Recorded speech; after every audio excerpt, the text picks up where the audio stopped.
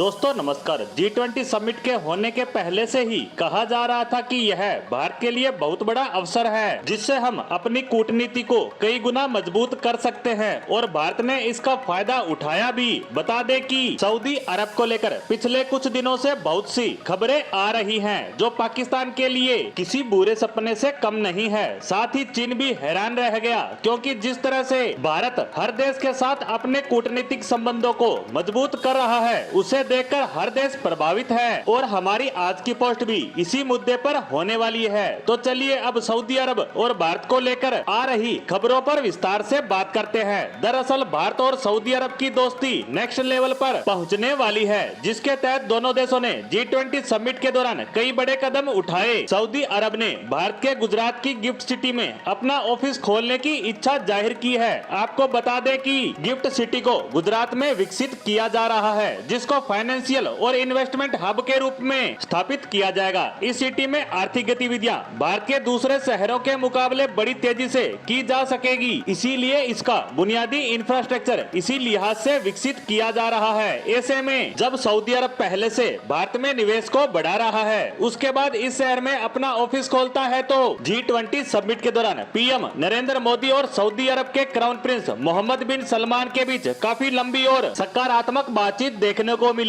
दोनों देशों के नेताओं ने अपने संबंधों को न सिर्फ मजबूत करने पर सहमति जताई, बल्कि अर्थव्यवस्था के क्षेत्र में नए और बड़े कदम उठाने पर भी इच्छा जाहिर की, जिसमें सबसे बड़ा कदम Bharat middle east Europe economic corridor के रूप में देखा जा सकता है, जिस पर बात करते हुए इजराइल के प्रधानमंत्री बेंजामिन नेतन्याहू ने भी इस प्रोजेक्ट को इतिहास का अब तक का सबसे महत्वपूर्ण प्रोजेक्ट बताया, जो कि हमारे रीजन का कायाकल्प करने वाला कदम होगा। ऐसे में अब सऊदी अरब का भारत में ऑफिस खोलना इस बात को दर्शाता है कि वह भारत से संबंधों को लेकर बहुत ज्यादा गंभीर है, जिसमें कश्मीर भी बहुत जल्द शामिल होगा। आपको बता दें कि कश्मीर पहले के मुकाबले बेहद ही ज्यादा शांत हो चुका है। इस इलाके में न सिर्फ आतंकवादी गतिविधियों में कमी आई है, बल्कि आर्थिक गतिविधियां भी तेजी से बढ़ रही हैं, जो भारतीय सेना और सरकार के मजबूत इरादों का ही फल है। ऐसे में सऊदी अरब सहित अन्य देश भी हमारे खूबसूरत कश्मीर से ज्यादा दिन दूर नहीं रह सकते।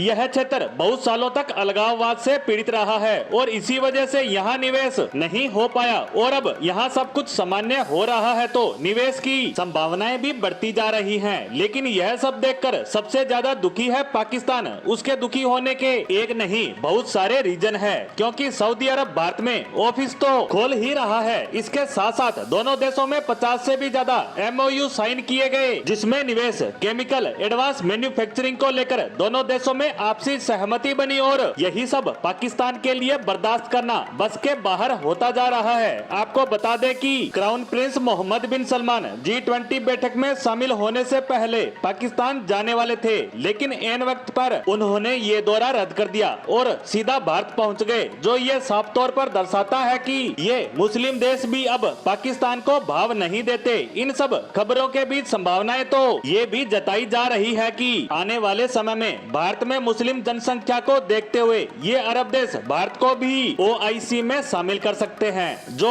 भारत के लिहाज से पाकिस्तान पर बहुत बड़ी जीत होगी। साथ ही भारत और सऊदी अरब क्रूड ऑयल पर भी बड़ी डील कर सकते हैं, जिसके तहत लोकल करेंसी में व्यापार को और ज्यादा बढ़ावा दिया जा सकता है। इससे आपको समझ आ गया होगा कि दोनों देश अपने संबंधों को लेकर कितने ज्यादा गंभीर हैं। इसी के साथ भारत और सऊदी अरब के संबंधों पर हमारी आज की पोस्ट को यहीं समाप्त करते हैं। धन्यवाद।